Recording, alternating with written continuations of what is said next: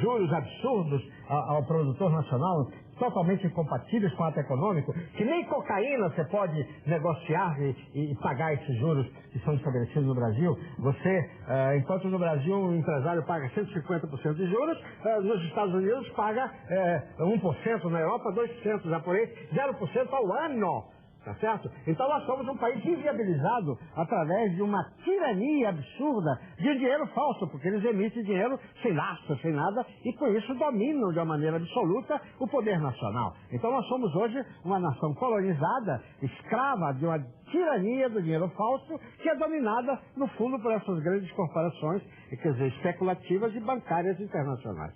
Nessa situação, como a energia é o real poder, você não come papel pintado de moeda falsa, né? Você come alimento que é fruto da energia, você produz seus bens com energia. A energia é o bem mais transcendental que se pode imaginar, porque nada se transforma ou se move no universo sem energia. Então quem tem energia tem poder, tem riqueza. E o Brasil é a grande potência energética do planeta para sempre. Entretanto, nós estamos massacrados, nós estamos caminhando para a miséria. Então, o jogo de poder é brutal, mas é um jogo de poder, ou a capacidade de matar, né? Ou então essa dominação espúria do sistema financeiro, que é aceita de uma maneira criminosa pelas nossas organizações, pela nossa justiça, pelo nosso Congresso. Como é que você vai admitir que o empresário concorrente pague 1% de juros ao ano e aqui pague 150%? Agora, o senhor fala desse jogo de poder, né? Faz duras críticas a esse jogo de poder. O senhor foi secretário de Tecnologia Industrial 3 vezes no país. Que fórmula é essa como físico para conseguir combinar ciência, tecnologia com o poder? É difícil. Porque esse é o poder real, não é? O poder real é baseado na natureza, é baseado na energia, é baseado na água, é baseado na terra, tá certo? E esse outro poder fantoche que nos esmaga é o poder do papel pintado falso. O senhor conseguiu driblar esse jogo? Não, eu não consegui driblar porque a área financeira sempre foi inimiga do programa do álcool, do programa energético. Eles sempre jogam, porque eles são comandados de fora, eles são teleguiados. Esses ministros que mandam, é tudo teleguiado, eles não são brasileiros. E o senhor, com tantos projetos de pesquisa, de tecnologia, na época que foi secretário, como que foi? Foi triste não conseguir colocar tudo isso em prática? Não, nós fizemos coisas. Repara o seguinte, nós participamos do governo que era nacionalista, era a continuação do Vargas, né? Foi o governo do Geisel, né? O presidente Geisel, que era um tremendo nacionalista, né? Porque o Geisel era alemão, imagina, o alemão não gosta de americano. E aí, ele era a favor do Brasil. Então, naquela época nós fizemos a Embraer, que hoje é a terceira maior empresa de aviões do mundo. Nós fizemos o programa do álcool, que é o único no mundo. Nós transformamos a Petrobras na única empresa que detém a tecnologia de alta prospecção marítima. Quer dizer, a nossa indústria farmacêutica tinha se ampliado em mãos do capital nacional, as nossas firmas de engenharia estavam no mundo inteiro, éramos a 8ª economia do mundo e incomparavelmente imbatível. Nós estávamos realizando grandes trabalhos na área da tecnologia agrícola, né? De estender a semente da soja até o Maranhão, nas regiões tropicais. O Brasil estava em plena expansão. Aí depois foi o debate, né? O Kissinger disse, nós não podemos permitir um outro Japão ao sul do Equador. E aí nos esmagaram. Foi aí que nos esmagaram, tá? Foi a partir daí de 79 que nos esmagaram, tá certo? É claro que o Japão não tem nem de longe o potencial de riqueza que nós temos. Não tem a água que nós temos, não tem a energia que nós temos, não tem o minério que nós temos, não tem o território que nós temos. O Japão só tem japonês, né? E eles brigam pela... Empregados, e todos empregados. Mas empregados sob o domínio do japonês. Eles se libertaram dos americanos, de certa maneira. E nós, com toda essa riqueza, a classe dirigente subordinada. Então, no período Geisel, foi um período de resistência. Por isso que houve um profundo traumatismo, né? Aquela fase horrível da CIA criar o sistema de tortura, foi uma maneira de desqualificar o Brasil. Aquilo não tinha nada a ver com o governo de fato, né? Os próprios generais ativos não tinham a ver com aquilo. Com o que você está dizendo? Com o processo de tortura? Os próprios generais não tinham a ver. Eu conheço o general Serpa, que era inimigo mortal daquele sistema, mas eles não controlavam. O controle era feito pelos serviços secretos americanos, aqui dentro, né? Os militares precisam esclarecer o país. país disso, porque eles estão levando uma pecha muito ruim, quando eles foram grandes defensores dos interesses nacionais. Havia alguns meios bandidões. Mas vamos voltar para a nossa seara, que isso aí exigiria todo um programa. Muito pano para manga. Então, na realidade, quer dizer, os inimigos internos eram muito grandes, entretanto, nós estávamos resistindo. Você acha que eles concordavam com a existência de um programa alternativo ao petróleo, onde eles não tinham controle? De maneira nenhuma, mas nós fizemos. Eles concordavam com a indústria aeronáutica de aviões militares sofisticados? É claro que não concordavam. Nós fizemos. Agora, por exemplo, fizeram essa barbaridade de Alcântara, porque toda a indústria fornecedora, que era a Usiminas, as empresas estatais de aço que faziam os produtos, foi tudo internacionalizado. Você acha que foi sabotagem o que aconteceu lá ou não? Foi um acidente? Essa risada significa o quê? Não há possibilidade de controle. Como é que, quer dizer, um complexo tecnológico desse, que estamos há 50 anos, nós já lançamos no ar centenas de foguetes, cada um de tamanho maior, foguetes de grande porte, né? Quando nós chegamos já no ápice, no máximo, acontecem essas coisas absurdas, quer dizer, 3 dias antes, tudo parado, tá certo? Estavam checando lá umas coisas secundárias, e de repente, aquela explosão, uma coisa inusitada, né? E quem teria feito isso, então? Quem são os nossos concorrentes? A quem interessa? Bom, havia vários navios estrangeiros na Baía de Marcos. O que era que eles estavam fazendo lá? Havia dezenas de norte-americanos na cidade, tá certo? O assunto está supostamente sendo estudado pelo Congresso e tal, mas a minha tese, eu fiz um longo artigo que foi amplamente divulgado, quer dizer, a grande chantagem é a destruição da capacidade produtiva nacional de indústrias altamente sofisticadas que foram todas internacionalizadas. E aí, como é que você vai controlar numa empresa estrangeira a produção a qualidade do aço, a qualidade de centenas de componentes? É claro que um componente daquele pode causar uma explosão, por mais que além disso, reduziram a 10% os recursos do Ministério da Aeronáutica. Nós éramos o primeiro país emergente do mundo, quer dizer, nessa área espacial. A China passou na nossa frente, a Índia passou na nossa frente. A aeronáutica estava sem dinheiro para pagar o almoço dos funcionários em Alcântara. Como pode um negócio desse? Os recursos que o governo pôs a serviço da aeronáutica para esse programa, que é um programa mundial, né, na melhor estação de lançamento do mundo, quer dizer, reduziram a 10% os recursos orçamentários. Um crime inominável, né? Tá certo? E tudo isso foi feito porque não interessa que o Brasil tenha força militar, não interessa que o Brasil, e no caso nem era força militar, era a possibilidade de colocar satélites no espaço e coisas dessa natureza, tá certo? Agora a gente vai fazer mais um intervalo, nós voltamos já com o físico e engenheiro Bautista Vidal. Agora tem mais uma pessoa que gostaria de fazer uma pergunta para você, Bautista, é o Pedro Henrique Teixeira, que é consultor de empresas. Pedro. Professor Bautista Vidal, o chamado direito de ingerência, a administração compartilhada, as questões da Ásia Central, o atual momento do Iraque, que recado as potências internacionais estão mandando para o Brasil, na medida que nos cercam com bases militares em torno da nossa Amazônia e tem, diante da nossa economia, uma atuação tão forte? Que recado esse governo leva diante disso? Nós estamos num momento muito crucial, porque os grandes problemas do mundo vão ter no Brasil, por causa dos recursos naturais, a sua solução. É aqui onde está a solução energética do fim da era do petróleo, é aqui que está a solução do problema da água, que é um problema de grande abrangência, é aqui que estão as soluções para a questão dos minérios, por exemplo. Quer dizer, a Vale do Rio Doce é o maior complexo mineral do planeta, com 7.700 concessões, foi doado de graça ao narcotráfico. Veja que coisa terrível. Narcotráfico é Soros. Foi o Soros que era o dono controlava a Fidelis, que terminou abocanhando sem pôr dinheiro nenhum, tá certo? Quer dizer, essas empresas internacionais americanas que compraram a distribuição de energia elétrica sob o argumento de que o Brasil não tinha dinheiro, não deixavam as empresas brasileiras investirem seu próprio dinheiro. E aí, quer dizer, diziam que precisavam trazer empresas de fora para investir aqui. E elas vieram, não investiram nada, tomaram o dinheiro brasileiro do BNDES e agora não pagam, como o caso da ESP, né? Usaram o dinheiro brasileiro que devia ser aplicado exclusivamente com empresas nacionais.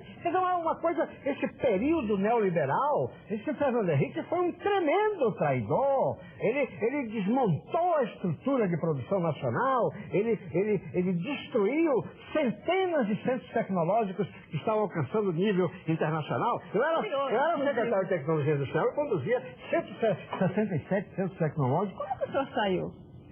Eu saí no final do governo Geisel e depois voltei numa parte do governo Sarney. Mas quando eu voltei, já o sistema estava destruído, né? Eu voltei, foi bom eu ter voltado, porque eu não podia imaginar que o processo fosse tão destruidor, né? Depois que o Kissinger, em 79, fez aquela afirmação, que nós não podemos permitir um outro Japão ao sul-equador, começou o esmagamento da estrutura produtiva e de conhecimento tecnológico. A estrutura tecnológica brasileira foi completamente destruída. E foi a estrutura que fez, empresas competitivas mundiais. As nossas empresas siderúrgicas eram altamente competitivas, foram praticamente todas internacionalizadas. A nossa indústria de aeronáutica hoje ainda é a terceira do mundo, foi internacionalizada.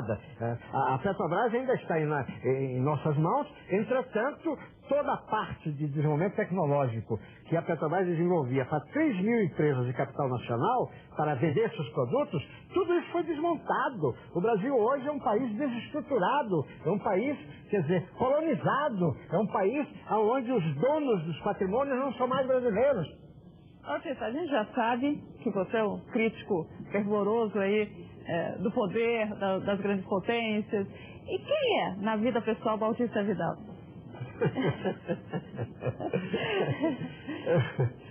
Olha, repara o seguinte, uma vez me fizeram essa pergunta, aliás foi um general que me fez essa pergunta. Por que que é melhor, uma entrevistadora fazer essa pergunta ou um general? Não, é claro que mas é bom que o general faça, porque eu pude responder.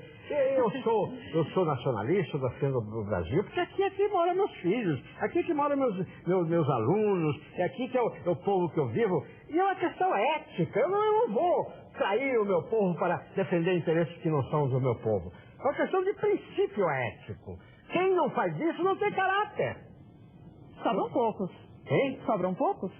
O povo, coitado, ele é vítima, ele é enganado. Você veja como até dirigentes que têm origem no povo, eles não conhecem bem as realidades, ficam acuadas pensando que vai ser prejudicado enfrentando essas duras realidades, mas essas realidades têm que ser enfrentadas, porque o poderoso não respeita o fraco. O americano, vamos dizer logo, o americano não respeita o fraco. Eu fui estudante lá, sei. Se você não enfrenta o americano olhando nos olhos e sendo bravo, aí ele convida para tomar cafezinho com a família. Agora, se você baixar a cabeça, ele lhe esmaga. Ele não respeita o fraco. Tá certo? Quer dizer, aliás, o Lampião, com a figura da nossa história, quando levavam um baganha preso, né, um soldado preso, ele dizia, se pedir perdão eu mato. O forte não respeita o fraco. E o brasileiro tem se comportado como fraco e aí é esmagado, sendo a nação mais rica, um povo maravilhoso, base do qual nós podemos construir a mais bela civilização que o homem já viu nesse nosso planeta de infortúnio. Patrícia, eu agradeço muito a sua entrevista. E acho que você me enganou porque eu fiz uma pergunta pessoal e você foi para outro caminho. Agora nosso tempo acabou, eu não posso nem mencionar. Pessoal, muito obrigada pela presença de vocês, eu agradeço muito. E para você, uma boa noite.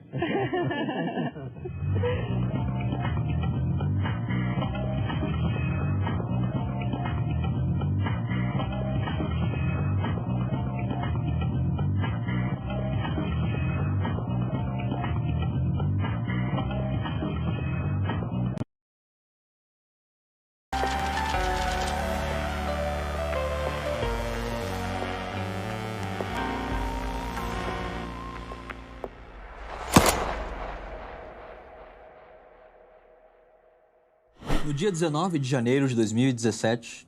Peraí.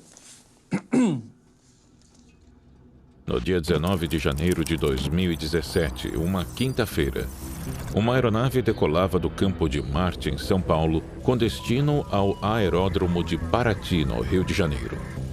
O voo partiu às 13 horas e 1 minuto, com um piloto e mais 4 passageiros a bordo. Às 13 horas e 1 minuto. Sabe que tem 13 envolvidos, tem...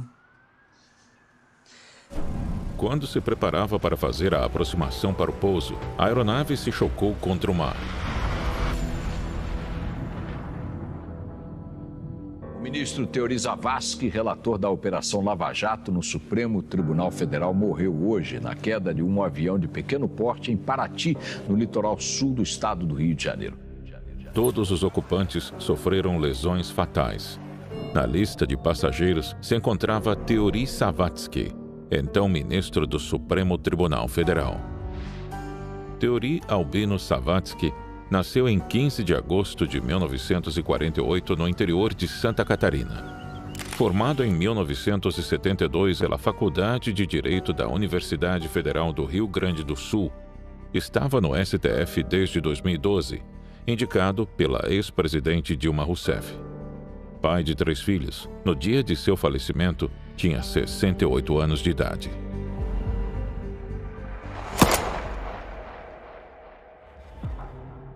O Corpo de Bombeiros, que fez o resgate do avião, informou que ele havia caído no mar próximo à Ilha Rasa e ficou parcialmente submerso. Na hora do acidente, as condições de voo não eram as melhores. Chovia forte e a região estava em estado de atenção. Desde o início, dizia-se que a queda teria sido fruto de um acidente justamente por conta das condições climáticas. Condições climáticas desfavoráveis, com os mínimos abaixo do regulamentado, e desorientação espacial. Esses são alguns dos fatores que contribuíram para o acidente da aeronave da matrícula PR-SOM no dia 19 de janeiro de 2017, em Paraty, no Rio de Janeiro. A bordo estavam 5 pessoas, entre elas o ministro do Supremo Tribunal Federal, Teori Zavascki. O relatório com os resultados da investigação foi divulgado pelo Centro de Investigação e Prevenção de Acidentes Aeronáuticos, o CENIPA. Então, para entender melhor as questões técnicas desse suposto acidente, da queda de avião, a gente convidou aqui um dos pesquisadores da Brasil Paralelo para dar o parecer sobre o caso. E aí, Rafa, o que tu tem pra gente hoje? Todas as informações trazidas aqui foram retiradas diretamente do relatório oficial disponibilizado pelo Centro de Investigação e Prevenção de Acidentes Aeronáuticos, o CENIPA. Para começar, a aeronave em questão estava registrada para serviços aéreos privados, ou seja, era basicamente um jetinho particular. E as tarefas de gerenciamento da manutenção eram realizadas pelo próprio piloto. Ao que tudo indica, as manutenções estavam em dia. As análises dos motores indicam que estes funcionavam normalmente no momento do impacto. Quanto ao piloto, sabemos que voava há 30 anos e contava com aproximadamente 7.464 horas de voo. Não sei se isso é muito, não. Isso é bastante tempo, sim, porque ele era inclusive considerado referência entre os pilotos que pilotavam ali no aeródromo de Paraty. E dessas 7.464 horas, 2.924 foram em aeronaves do modelo que ele estava utilizando no momento do acidente. Um cara experiente, então. Um fator que pode ter contribuído para o acidente foi talvez um excesso de confiança que fez ele não perceber os riscos envolvidos na questão. Antes de sair do campo de Marte, as análises de voz, fala e linguagem indicaram que não havia nenhum indício de fadiga, sonolência ou até mesmo alterações compatíveis com o uso de substâncias entorpecentes do sistema nervoso central.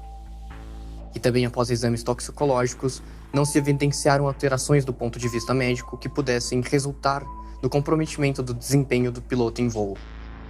Em relação às condições meteorológicas no momento em que o avião saía de São Paulo, temos que para a região de Paraty, o clima era favorável ao voo visual. Havia, porém, a possibilidade de degradação por chuva e presença de nuvens. Para termos uma noção da situação crítica do aeródromo de Paraty, ele não opera por instrumentos.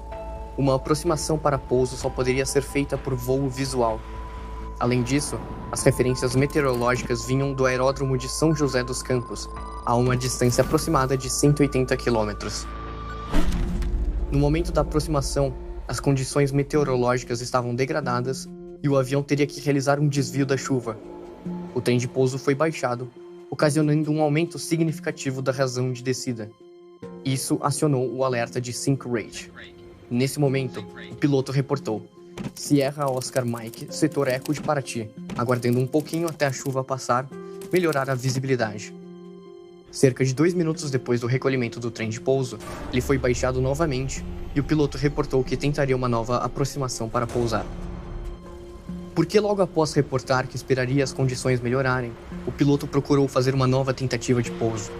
E como eu falei, como o aeródromo de Paraty ele não opera por instrumento, então, teoricamente, o avião não teria como realizar essa aproximação para pousar. Ele teria que esperar as condições melhorarem para poder operar por voo visual. Ou o cara podia arriscar e... Exato, é. Ah, sou braço mesmo. Isso, assumir o risco e ver no que dá. Agora, vale comentar a respeito do perfil do piloto. Era uma pessoa rígida, com um senso de fiel cumprimento do dever muito forte. Em situações como essa, era comum que se autoimpusesse uma alta pressão. Ele teria que concluir o voo a qualquer custo. Por conta da rigidez, também, tinha se incomodado com o atraso de um dos tripulantes que fez com que o voo saísse de São Paulo pouco mais de 1 hora depois do previsto. Momentos antes do impacto com a água, a análise de voz, fala e linguagem indicou que o piloto estava tenso. Mostrava claros sinais de ansiedade, apreensão e temor. Ao fim da segunda tentativa de aproximação para pousar, que resultou no acidente fatal, o avião se encontrava a 82 metros de altura, numa velocidade de aproximadamente 222 km por hora. Sem referências visuais à frente, o piloto realizou uma curva à direita. Por conta da curva, sofreu com uma força de 2G, o que causou uma ilusão de diminuição de ângulo, de tal forma que o piloto aplicou uma inclinação maior do que o necessário na curva, resultando no impacto com a água. 2G considerável. Lembra, um tempo atrás, o Verstappen e o Hamilton bateram na Fórmula 1 lá em... 51G. 51G foi, né? 51G comparado a 2G. Mas aqui a gente tem que levar em consideração que o avião ele tá no ar, os carros estão no chão. Quando a gente está no chão, a gente tem deslocamento para frente e para trás, para o lado e para o outro. No avião, a gente acrescenta ainda deslocamento para cima e para baixo. O problema é que, quando você tem uma alteração na força G, você tem um momento de ilusão de ótica. Então, o problema não é a força em si, mas é o que a força gera, né? Como consequência. Então, você perde uma quantidade razoável, assim, considerável de referência visual, né? Uma curva sobre o mar, no meio de uma chuva forte. Turistas que navegavam nas águas de Paraty viram tudo bem de perto. Esse avião fazia, que eu falo para vocês, ele estava fazendo uma curva. Fazia uma curva. Aí quando ele fez assim, aí caiu. E não houve explosão, as hélices estavam funcionando. Muito fechado mesmo. Não tinha gente pousar? Não tinha, era uma cortina muito fechada aqui. Até pra gente, visual, tava ruim. Tava ruim pro barqueiro? Até tava ruim pro barqueiro. De acordo com o CENIPA, as condições de baixa visibilidade, de curva a baixa altura sobre a água, somadas ao estresse do piloto e ainda as condições dos destroços, os quais não evidenciaram qualquer falha que pudesse ter comprometido o desempenho ou a controlabilidade da aeronave, levam à conclusão de que o piloto muito provavelmente teve uma desorientação espacial que acarretou a perda de controle da aeronave. Além disso, a gente também tem a cultura dos pilotos ali do aeródromo de Paraty. Eram incentivados os pilotos que conseguissem realizar os pousos nessas condições adversas. Então era como se você recebesse um prêmio ao mérito por ter conseguido... Só quem é macho posa em Paraty com chuva. Isso. E é interessante aqui notar, nos 10 anos anteriores ao acidente, aconteceram 13 outros acidentes nas mesmas condições. Putz, nos últimos quantos tempos? 10 anos antes do acidente. Quase. Um acidente por ano, mas... Tem algum ano que deu 2. É bastante até, né? Porque o avião, então, né? Não é? É o meio de transporte mais seguro do mundo, né? Segundo, na verdade. Sabe qual que é o primeiro? Qual? Elevador. Não pode. É sério, é. Ah, mas elevador não é um meio de transporte, né? Eu pensava a mesma coisa, mas quando você vai ver, de fato... Onde é que tu leu isso no Wikipedia? Não, ele não... Revista Gênios. Não, naquela super interessante. Isso. Na cara. Pô, se você pensar o que é um meio de transporte, vai te levar de um ponto A ao B, sem que você... Ele quer convencer que o elevador é um meio de transporte real. Continua, Rafa. Isso é meio off-topic aqui. Mas, então, levando em consideração o perfil do piloto, condições adversas, cultura de incentivo, ao que tudo indica, foi uma falha humana mesmo. Mas algumas dúvidas começaram a surgir pela posição que o Teori ocupava e contexto político da época, né? Em 2017, lembra, estava rolando a Operação Lava Jato, muitos julgamentos, prisões, etc, né? E o Teori estava no meio dessas investigações. Era só o ministro do STF. Era só um ministro do STF, relator da Lava Jato, né, inclusive. Só isso. Então, não deixaram de surgir as teorias de que, na verdade, o avião de Teori teria sido sabotado. E que, na verdade, a morte do ministro tenha sido planejada.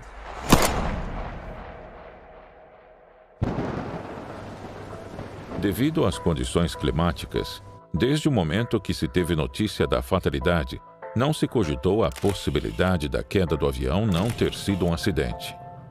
Tempos depois do ocorrido, uma denúncia trouxe uma nova perspectiva ao caso. O avião pode ter sido sabotado para que houvesse um acidente que causasse a morte do ministro. Antes dessa denúncia nova que surgiu aqui, que a locução comentou, o delegado que investigava o caso, ele foi morto, né? Dentro de uma boate. Boate é um, né? Eu tô sendo eufemista isso, aqui, né? Dois delegados da Polícia Federal foram assassinados numa casa noturna em Florianópolis. Um deles foi responsável pela abertura do inquérito que investiga a morte do ministro do Supremo Tribunal Federal, Teori Zavascki. Era madrugada quando foram a esta boate. No interior da casa, os policiais discutiram com 3 clientes. O local funciona como ponto de prostituição. Na saída, houve troca de tiros. O delegado Elias Escobar, de 60 anos, morreu no local. Ele foi chefe da PF em Niterói até março deste ano. Outro delegado, Adriano Antônio Soares, de 47 anos, chegou a ser socorrido, mas não resistiu. O caso gerou uma série de especulações, já que uma das vítimas participou das investigações do acidente do ministro Teori Zavascki. No dia 17 de maio do mesmo ano, 4 meses depois do acidente que levou a vida de seu pai, Francisco Zavascki levantou tal suspeita sobre o que de fato havia gerado o acontecimento daquele fatídico dia de janeiro. O PMDB está no poder desde sempre e, como todos sabemos, estava com o PT aproveitando tudo de bom que o governo pode dar. Até que veio Lava Jato. A ordem sempre foi a de parar a operação. Isso está gravado nas palavras dos seus líderes. Todavia, ao que parece, até para isso o PT era incompetente e, ao que tenho notícia, de fato, o PT nunca tentou nada para barrar a Lava Jato. Ao menos o pai sempre me disse que nunca tinham tentado nada, o que sempre gerou fortes críticas de membros do PMDB. O problema é que as investigações começaram a ficar mais e mais perto e os líderes do PMDB viram como única saída realmente brecar a operação a qualquer custo. Para isso, precisava do poder. Derrubaram a Dilma e assumiu o Temer. Do que eles são capazes? Será que só pagar pelo silêncio alheio? Ou será que derrubar avião também está valendo? O pai sabia de tudo isso. Sabia quanto cada um estava afundado nesse mar de corrupção. Não é por acaso que o pai estava tão aflito com o ano de 2017. Aflito ao ponto de me confidenciar que havia consultado informalmente as Forças Armadas e que tinham obtido a resposta de que iriam sustentar o Supremo até o fim. Que gente cínica! Não tem coisa que me embrulha mais o estômago do que lembrar que no dia do velório do meu pai, diante de tanta dor, ainda tive que cumprimentar os membros daquele que foi apelidado naquele mesmo dia de o Cortejo dos Delatados. Impeachment já! Desculpe o desabafo, mas não tenho como não pensar que não mandaram matar o meu pai. Então, cara, de acordo com esse post aqui, né, do filho do Teori Zavascki, ele fala que o PMDB era o principal envolvido aí, porque justamente a Lava Jato estava chegando perto dos líderes do PMDB, então os caras teriam arranjado o acidente do avião do Teori Zavascki para brecar, segundo Só o PMDB estava envolvido? Não, e isso eu vou falar em seguida. Ah, te atrapalhei. Tinha mais gente. Não me atrapalhou, mas foi uma boa bola levantada. A gente se completa. Isso, tua mente é bem investigativa. Obrigado.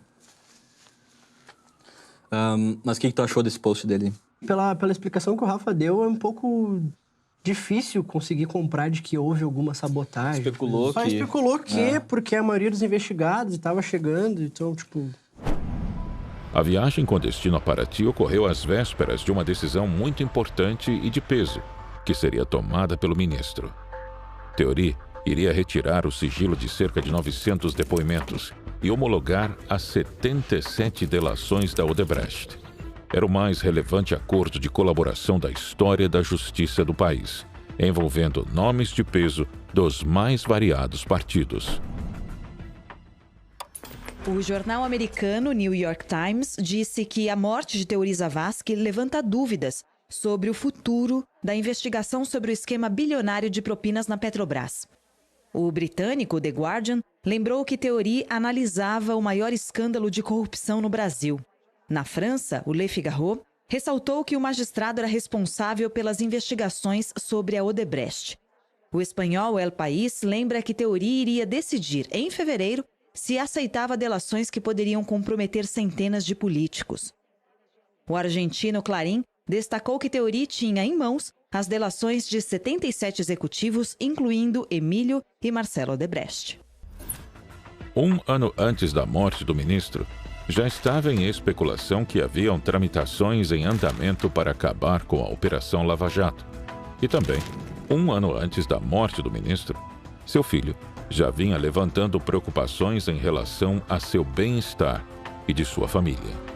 Naquele post que ele fez, né, que seria um desabafo sobre a morte do pai dele, me passou a impressão de que ele colocava de como o PMDB fosse o único partido. Sim, ele só citou o PMDB, mas pelo que a gente tem de contexto político da época, qualquer um dos três, né, tanto o Temer, quanto o Aécio, quanto o Lula, teriam interesse em frear a Lava Jato, né? Três partidos grandes, né? Três partidos grandes. PMDB, PT. Sim.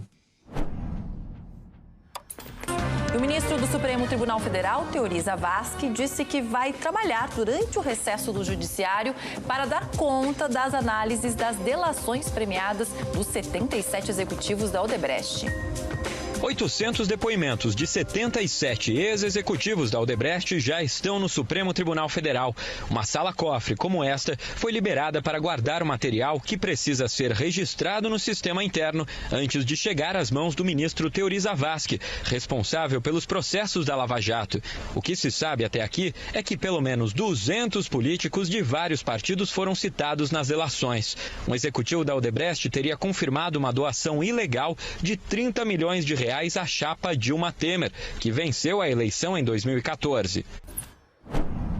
A Operação Lava Jato descobriu que a Petrobras era hospedeira de um monumental esquema de corrupção, montado no governo de Lula e continuado no governo Dilma. O dinheiro financiou campanhas eleitorais, abasteceu contas secretas no exterior e bancou pequenos e grandes luxos de mais uma centena de políticos. O avanço das investigações mostrou que a simbiose entre política e corrupção não se limitava à estatal. Envolvia outros grandes grupos empresariais e atraiu praticamente todos os partidos. A Lava Jato já identificou 66 envolvidos em desvios na Petrobras, a maioria políticos ligados a 6 partidos. Por causa de seu gigantismo, a operação chegou a ser apelidada de Inquérito do Fim do Mundo. O fatiamento é um esforço para acelerar a apuração. Haverá um inquérito só para os 12 investigados do PT, grupo que inclui o ex-presidente Lula e os ex-ministros Jacques Wagner, Ricardo Berzoini e Antônio Palocci. No PMDB, o total é de 24 investigados. Haverá um inquérito só para 9 senadores do partido, entre eles Renan Calheiros, Romero Jucá, Edson Lobão e Valdir Raupp, e outro para 15 deputados. A lista inclui Eduardo Cunha e Henrique Alves. Um quarto inquérito investigará 30 envolvidos ligados ao Partido Progressista, entre eles o ex-ministro Aguinaldo Ribeiro e o presidente do partido, Ciro Nogueira. No parecer encaminhado ao Supremo, o procurador Janot declara que esses políticos se organizaram internamente, utilizando-se de seus partidos e em uma estrutura hierarquizada para práticas espúrias, e formavam uma mesma organização criminosa. A delação da empreiteira Odebrecht, que já é apontada como a maior do mundo, cita o pagamento de 8 milhões de reais ao ex-presidente Lula e também negociações feitas pessoalmente entre Marcelo Odebrecht e a ex-presidente Dilma Rousseff. Os detalhes da delação foram publicados pela revista Isto É. A reportagem diz que Lula recebeu propina em dinheiro vivo e que Dilma acertou o repasse de dinheiro pelo Caixa 2 da campanha à presidência. Segundo a reportagem da revista Isto É, Lula recebeu cerca de 8 milhões de reais da Odebrecht, parte desse valor em dinheiro vivo. O repasse teria sido feito pelo próprio Marcelo Odebrecht, então presidente da empreiteira, entre os anos de 2012 e 2013, período em que Lula não estava mais no Palácio do Planalto. O dinheiro seria uma forma de pagamento a Lula por ele facilitar a aprovação de obras da empreiteira com recursos do BNDES. Em outro trecho da delação, o ex-presidente também é citado por Emílio Odebrecht, dono da empreiteira, e outros executivos da empresa. Um desses executivos, Luiz Antônio Mameri, em troca de mensagens com Marcelo Odebrecht, confirmou que as influências de Lula e do ex-ministro Palocci, hoje preso, foram decisivas para a aprovação de projetos em Angola e Cuba.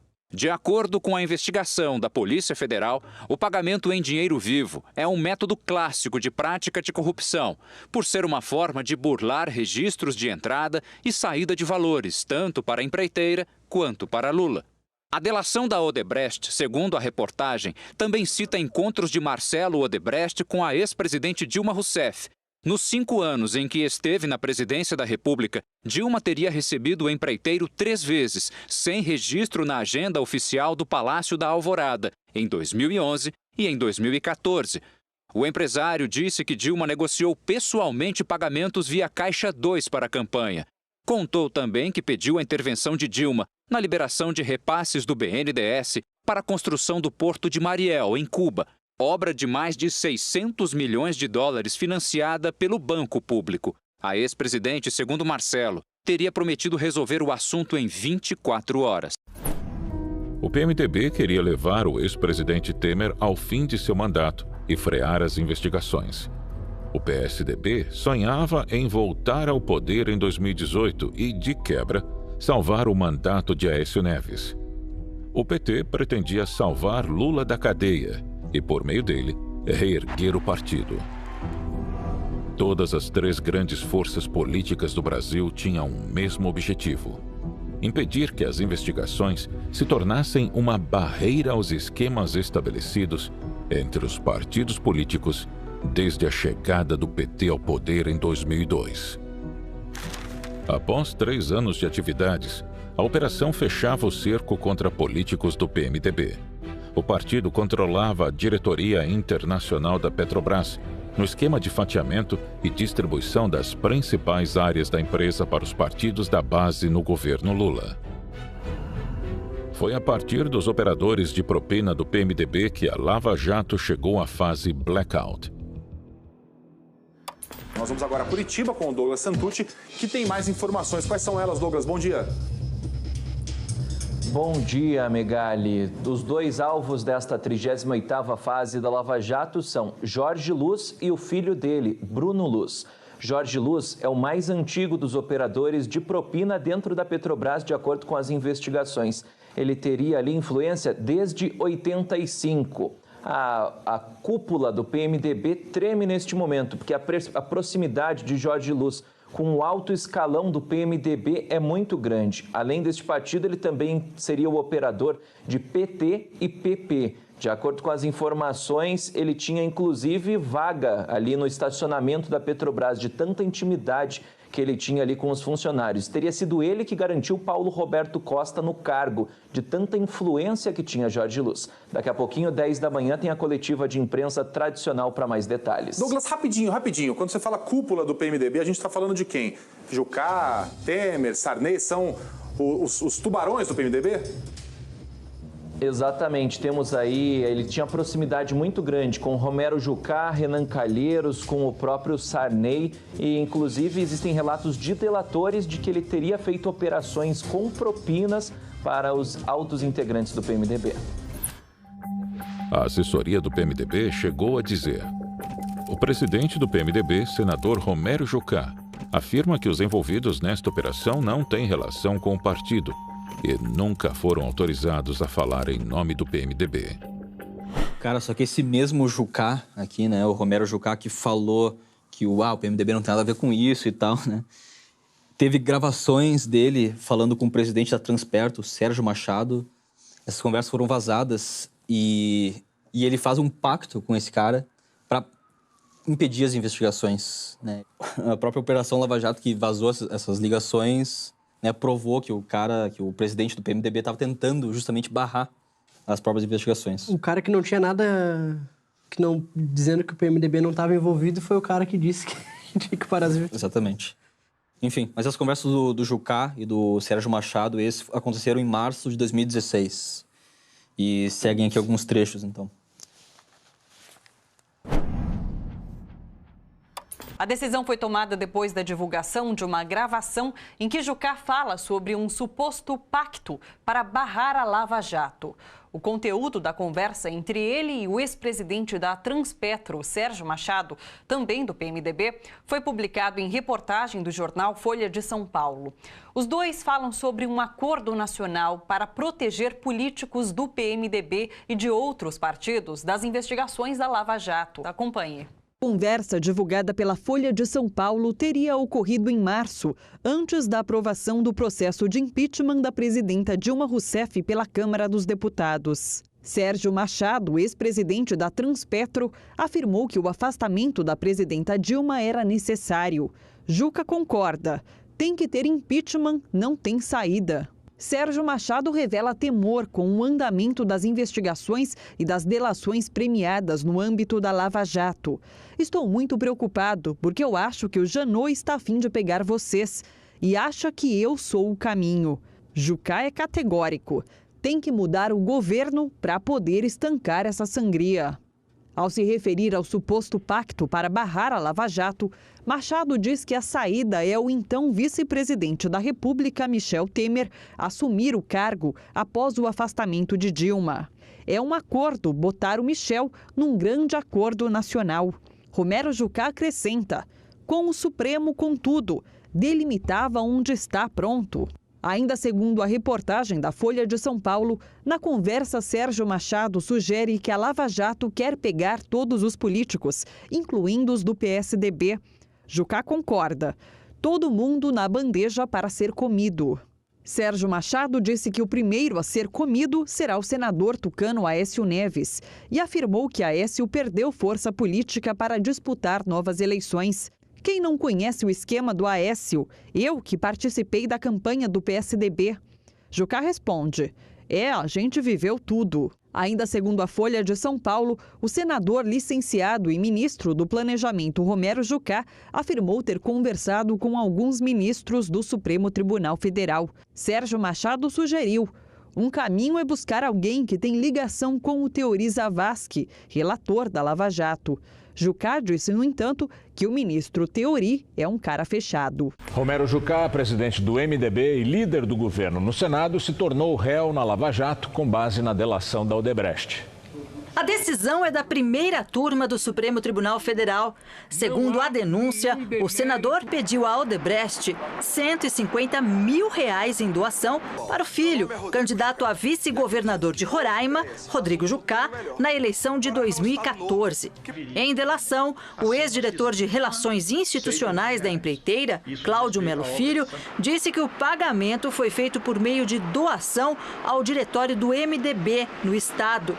Em troca, Romero Jucá teria atuado para favorecer a empresa na tramitação de medidas provisórias no Congresso Nacional. Não só para a Odebrecht. A ação penal contra Romero Jucá é a primeira com base na delação dos executivos da empreiteira. No STF, o presidente do MDB é alvo de pelo menos outros 12 inquéritos. Cara, essa conversa aconteceu em 2016, tá? Ou seja, antes do impeachment, né? Tudo. E tá aqui o presidente do PMDB falando: conversei ontem com alguns ministros ministros do Supremo. Primeiro ponto, os caras com acesso numa boa com os ministros do STF. O presidente de partido falando com o ministro do STF, perguntando qual é o futuro das investigações e negociando até um certo ponto, sim, né? Sim. Ah, só vai ter tal coisa se ela não tiver... Oi? Né?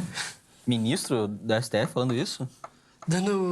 Dando um parecer, assim, como se eu estivesse falando de, sei lá, um colega de trabalho, assim, que não quer mais continuar. Sim, demite o cara lá. Isso, então, senão... esse cara não dá, senão não vai pra frente. Ou seja... era só o presidente do Brasil. Exatamente. Não, e o linguajar dos caras, porque nos começos a gente tem que pegar alguém como um boi de piranha. Tipo assim, vamos sacrificar um cara aqui, porque é preciso pra gente continuar. Voltar à calmaria, as coisas acontecerem de uma boa. Falam na economia. Isso. Os caras... E aí, no final aqui da ligação, eles falam, né? Um caminho é buscar alguém que tem ligação com teoria. Isso. Que é o relator da Lava Jato, né? Uhum. Mas parece que não tem ninguém. E o Jucá fala, né? Não tem. É um cara fechado. Foi a Dilma que botou. Um burocrata, né? Ex-ministro do STJ e tal, né? Deu uma reclamada do Teori, né? Deu uma reclamada. pode ter deixado entendido que eles, né, poderiam fazer alguma coisa com o Teori Zavascki. Sim. O cara fechado já e tal. Que ele era um cara que ninguém tinha acesso, e deixando talvez... muito claro que eles tinham acesso aos outros, né? Isso, talvez não foi nessa ligação que eles combinaram, né? Ou planejaram a morte do Teori, mas já... Né, falaram alguma coisa nesse sentido, né? Sim. Vão tentar contato com o cara, né? Em resumo, sendo curto e grosso, se beneficiaram com a morte dele. Ponto. Sem dúvidas. Sem dúvidas. É isso. Sem dúvidas. Eu acho que tudo que aconteceu, tudo que a gente leu aqui, os áudios, levanta o porquê que rolou essa suspeita. Não armaram pro cara. Porque, os caras estavam sujos até o pescoço com isso daí. Exatamente. Mas eu acho que, de novo, né? O termo é, abre aspas, os caras acabaram dando a sorte... Sim. Do que aconteceu com teoria e eles acabaram sendo beneficiados. De fato, faltam evidências para provar uma sabotagem, alguma coisa nesse exato, sentido. mas é totalmente entendível por que isso rolou. Né? Sim, mas o contexto político exatamente, era bem... no momento, qualquer um ia levantar essa bola aí de que o cara foi sabotar o avião dele. E tem aquela coisa também, né? Porque se fosse sabotagem, foi uma sabotagem tão bem feita que o cara caiu só perto do pouso, ou tão mal feita que ele não caiu no meio do caminho, entendeu? Exatamente. Foi só cair, né? Tipo assim, deu toda a casualidade, um mau tempo, cara. Acho que não tem evidência suficiente pra dizer que foi uma sabotagem, mas dá pra entender o porquê que levantaram essa hipótese.